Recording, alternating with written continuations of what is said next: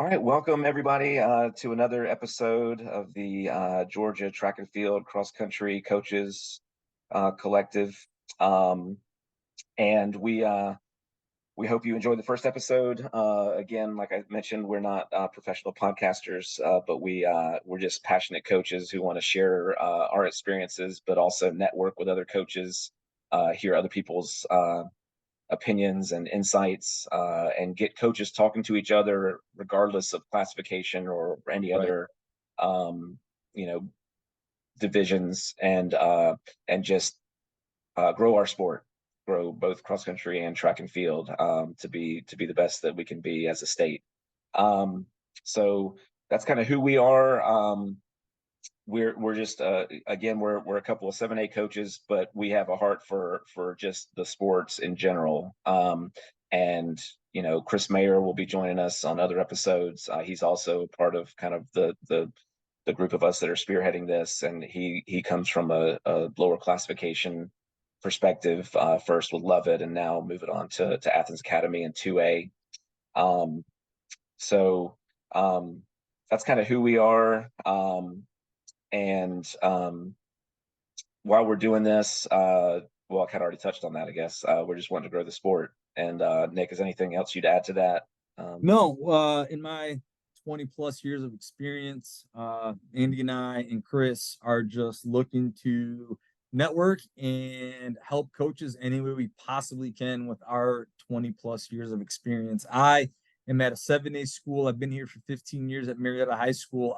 I absolutely understand that my experiences in the metro Atlanta area at a 7A school may be completely different than someone in a rural area with a smaller roster. And by no means are we trying to be experts or gurus is the term I'm using. I'm just speaking on my experience. And if my experiences can help out a new coach out there anywhere, then by all means, let me help. If you have any questions at the end of this podcast, we will let you know where you can reach us. But we're just trying to network. We're trying to get our information out, and we're trying to help coaches everywhere so we can grow this great sport of ours, both cross country and track and field. Trying to help coaches out. We know that at the high school level, a lot of coaches are tasked with coaching the sport. So we just want to make sure that we're available to help and assist any way we possibly can.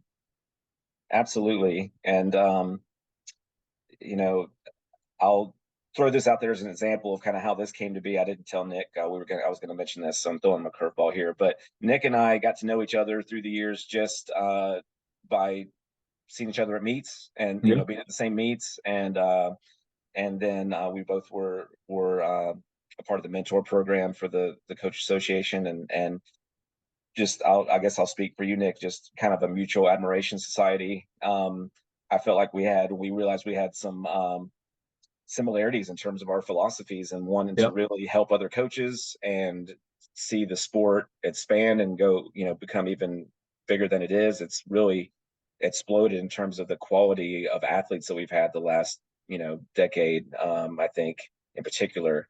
But no, I just realized, that I've been talking with Nick, hey, here's somebody that's, more sprint based, more track and field based, but I really like a lot of what he's saying, and I can use some of this for cross country, and I hope I, in turn, have had some stuff to offer Nick.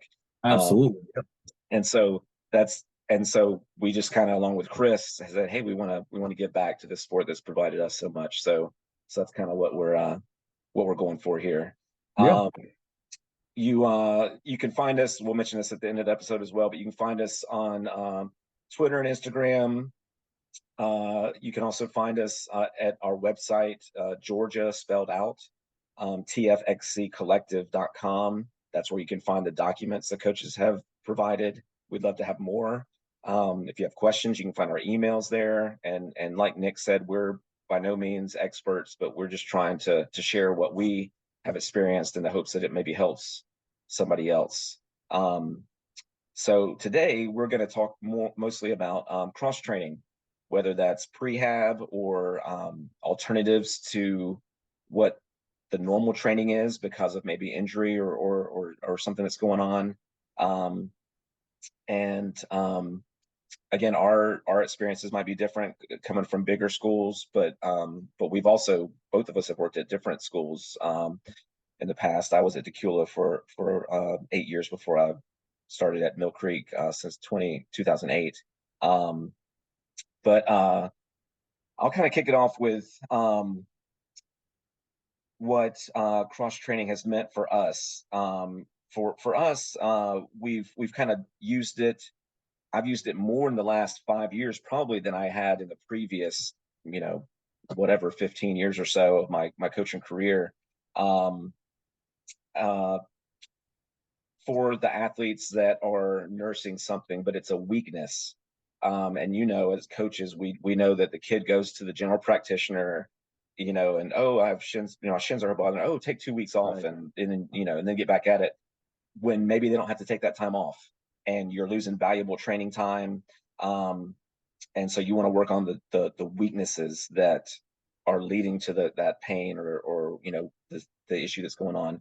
So for me, the first point I'll make is that I've learned that some athletes are just not built to train hard 5 or 6 days a week like the others. Obviously, that's the ideal. We'd love the kids to be out there, 5 days a week and then on meet day on the weekend. But some kids need that break. And so for me, I've started incorporating more days where some kid, I know they're not going to be at practice, but they've communicated with me ahead of time. Hey, coach, I'm going to do the stationary bike or the elliptical or swim. And I know that. And we've set it up ahead of time. The key is communication with me, the kid telling me where they're going to be, what they're going to be doing. And um, they're keeping that cardio up. If it's just a what we call, cross country, for example, easy mileage day, then they're doing something similar, just a different method. If it's a Right. workout, let's say the kid's coming back from a stress fracture or something, then I'm having them simulate a workout in the pool or on the bike, different Right. heart rates at different times, so that they're not just, doing 40 minutes on the bike when the rest of the team is doing some intervals or something difficult, higher heart rate, um, rest intervals, then going into the next hard thing. So the whole point is to get them ready for whatever the end of their season is, to get them back out there. And if it's region, state, whatever, they're going to need to be prepared for that as much as they can and following a plan that's as close to what we were going to Right. do originally. So for example, I've coached boys for the first, I don't know, 15 years of my career, and it's only been in the last 5 to 7 years that I've started coaching the girls as well, which I've really enjoyed. It's just more races to get excited about, more athletes to get excited about. But on our girls' side, we started having girls that just needed to take a day or two and do cross training to stay Right. healthy to get to the end of the season. And I think that's been a really good thing for me to experience as a coach, that they don't have to be out here every day. I think in the past, Right. I would have maybe been like, oh, I really want everybody at practice all the time. Um, Yes. and maybe you can come to practice and help us out and then go home and cross train. Well, these kids have a big workload of classes. And so now I'm fine with, hey, you while we're at practice, you go cross train and then you go home at your regular time that you normally would be done and you can tackle your homework and other things. Right. Um, I know I'm kind of speaking in general ways, but that's kind of something that's come out of the last few years for me with cross training. Nick, what do you want to throw out there? Yeah, it is well, there's absolutely a necessity for it. You cannot take your training plans and apply it to every kid in your building that's in your program. You can't. It's not how it works. Those kids are not all the same. Even though they may be doing similar events, they may have similar skill set. You can go several different ways to get to the same endpoint. So I'm not a big believer in that everybody's doing this. Everybody's in this line. Everybody's going to be doing this exact drill. If it's not benefiting, then you're spinning your wheels and you're wasting your time. I feel that um, you do what's best for the athlete. So if an athlete is feeling fatigued, tired, whatever, and you understand that you have A lot of races coming up, whether you're in mid-season and that's at the point where your volume and your intensity are both intersecting at a high point, and you need to back off, you need to back off, maybe a little bit of cross training, stationary bike, whatever it may be. Now, before I go into what we do, I want to again preface this. I'm not an expert, I'm not a guru, I'm just speaking on experience. What we focus a lot on now, the weight room for both our distance endurance team, our cross country team, track and field, our sprinters, our jumpers, our throwers, our hurdlers. The weight room is an absolute priority for our development of our team. And our athletes in our building, and I understand this might not be applicable across the state to everybody else in every classification, but we make it a priority to get our athletes in weight training.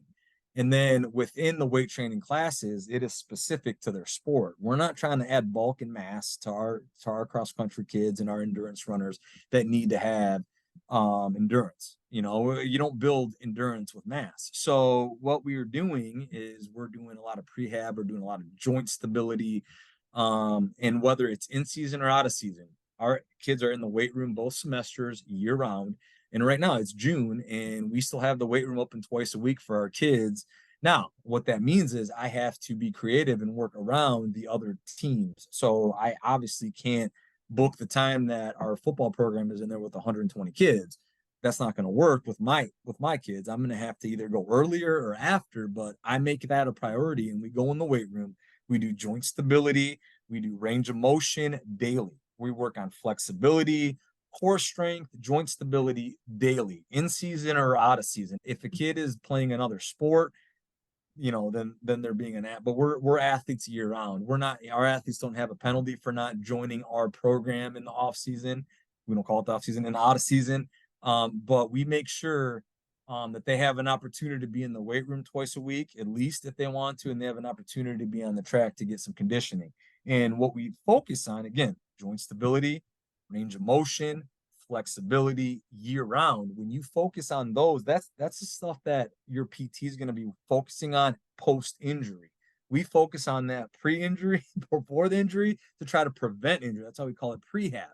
Now that doesn't necessarily mean that we don't have ligament, knee joint issues. We do at times, but it's typically some type of freakish injury, some type of weird landing, something like that, that some traumatic blow to some type of joint that caused that injury. We found that this stuff has been very beneficial to our kids' longevity, their health, staying on the track. Before all else, though, I always defer to our athletic trainers. We have 4 full-time certified athletic trainers. I always defer to them. I would never, ever put a kid through a workout if they're not cleared by them. If our kids ever end up going to an outside doctor, that outside doctor has to clear them before they can come back to me, or before even our athletic trainers can treat them. That outside doctor has to. So we're absolutely, we follow those rules to the letter of the law, because I don't, number one, I don't want a kid to get hurt. Number two, I don't want to be liable for hurting anybody. I absolutely don't want to hurt anybody. We're trying to do the opposite. So we take the advice of the professionals on campus in the building. As a physical education teacher, assistant athletic director, I don't have a medical background. So I have athletic training background from a standpoint of training sprints and explosiveness. But when it comes to medical stuff, I defer to the professionals. Now, what we do is all joint stability. We do focus a ton on just overall fitness, riding a bike, going swimming, playing a game of basketball is okay to get your heart rate up. That stuff is actually mentally, it gives them a break from our sport also. So we absolutely encourage cross training when possible, especially to combat some type of rehab, some type of injury that you're going through. And you still want to be able to get the cardio that you need. We've had athletes with stress fractures that have been able to get the necessary cardiovascular work they needed on a exercise bike per the professionals recommendation of our athletic trainers. We've had kids that have gotten off, taken the boot off, have been cleared to run, and cardio wise, you know, it's not the same as running, but they're within that ballpark range where we can get them back to where we need to get them to faster. So we do absolutely, we our program emphatically prioritizes the weight room. All that stuff. Again, range of motion, joint stability, core strength. That stuff is a priority year round, not just in season for us. Yes, I hear a lot of things that remind me of our situation too. Like we kind of to backtrack to the beginning of the process, a kid has an injury. Yeah, we send them to our trainers. We have 3 of them at our school, and the trainers, evaluate them first. If they have to go to a doctor, we encourage them to go to an ortho or somebody familiar with athletes, so that they know, it's not that general practitioner I mentioned before. Right. Love general practitioners, but not for necessarily an injured athlete. Sports injuries, correct. Yes. So once they've gotten the medical attention they need, then we're trying to figure out how we can help them. And I'm glad you brought up the weight room, because I'm going to be able to offer a different perspective. Because for Okay. us, like when we have our kids in weight training, we definitely have a lot of athletes in weight training. For cross country, we practice a lot off campus, so we don't have access to a weight room as easily as we would if we practiced on campus. So we try to do a lot of weight bearing things that are still targeting the areas that you mentioned, like the joints and the weak issues for distance runners, the hips. I mean, I guess that can come into play with the sprinters as well. Right. But we're trying to do things that we might not have the weight room, at least, maybe they have it in class, but we don't have it at practice, but we still doing some kind of band work or something Right. that's not a whole lot of time, but it's a lot of bang for our buck. And Absolutely. Yep. I use, if people are wondering about resources, there's a coach, Coach Jay Johnson, who has a lot of stuff online that Great stuff. Yeah. I've used, and a lot of prehab stuff, like you mentioned, in terms of what you can use before and after the run. Now, full disclaimer, some of his stuff is like 20 minutes before they even get to running, and 20 or 30 minutes after they run. I pick and choose what works best for my program. I think that's a good thing. We've kind of already touched on this, that you got to figure out what works for your program. Right. Nick's group sounds like it works really well for them to get to the weight room, and for us off campus, we're doing something a little different. And it's all about what resources do you have, what works for your kids. Correct. You can't take, and most coaches have probably experienced this. You can't just take that excellent speaker you heard at the clinic, whether it was a national clinic, a local regional clinic. You can't just take their program and be like, okay, my kids are going to do every bit of this to the T. You got to figure out, as I've heard Jason Scott mention before, the art of coaching. That's where Yep. that comes in. If you don't have a weight room, you can find a nice little space and be doing Mhm. one leg squats with med, you'd be doing all sorts of stuff. You just have to get creative with it. And Yeah, I think one of our documents on our website right now is shot put or throwing drills with low finances available. That's one of our things. And so you can get creative with cross training too, if you need to, with a kid that's, just needing something different than just going out there and doing regular right. practice. So I wanted to throw that out there, as kind of a different approach. But another thing I do is, it's not, if you're a kid that's been sidelined and the rest of the team is out there running or doing whatever they do, throwing, jumping, whatever it is in track and field, it's difficult. It's not fun to be out there, even though that's what you need to do to get on the road to recovery. It's difficult. So what I've done before is paired a kid that's been injured and come back with the kid that's in that situation now, and tell them like, hey, like bring some music or put a picture of a Right. race you felt strong beside the pool when you're doing that endless pool running, just to let them see a light at the end of the tunnel. Right. Because I think they'd rather be out there running, jumping, throwing, whatever it is that they focus Yeah. on. Um, but if they're having to just do something different for a little bit, I think it helps them to know like, hey, I can come back from this. I can get healthy again and be out there again with my teammates. Um, Anything else that comes to mind, Nick, that has helped your program or you want to throw out No, there? I just, for us, the emphasis on taking care of your body is year round. We do put it on the kids to make sure that they're absolutely making full use of their resources that we do have available for them. Like I said, in our program, I personally unlock and open up the door, and I'm there waiting for our kids in the weight room twice a week, year round, with the exception of dead weeks. I'm there. So we put it on our kids to take advantage of that stuff. If you don't have the weight room, you can make do with all sorts of body weight, all sorts of different methods to train your athletes, regardless of if you even have a 8-lane track, a 6-lane track, or not. If you just have an open field of grass to train in, you can make it happen. Every one of us have different sets of resources. You just have to get more creative with it. But the out of season doesn't have to stop. If you have a kid that's eager and willing to work, we're allowed to work with kids 4-on-1 year round, as long as we're not, and we can't use it against the kid if they choose not to come in the off season. But you're gonna have kids willing to work in the off season, and you just want to make sure that you're putting forth the right type of drills and you're making use of your resources so that athlete is best prepared, less injured, less and better prepared for the season to be at their best. The cross training method brings you a different avenue. Uh, Again, cookie cutter does not work for everybody. It doesn't. I have athletes that they respond different to different stimulations. So cross training is very beneficial for us in our program. It is a staple of our program. Off season, in season, out of season, it's a staple.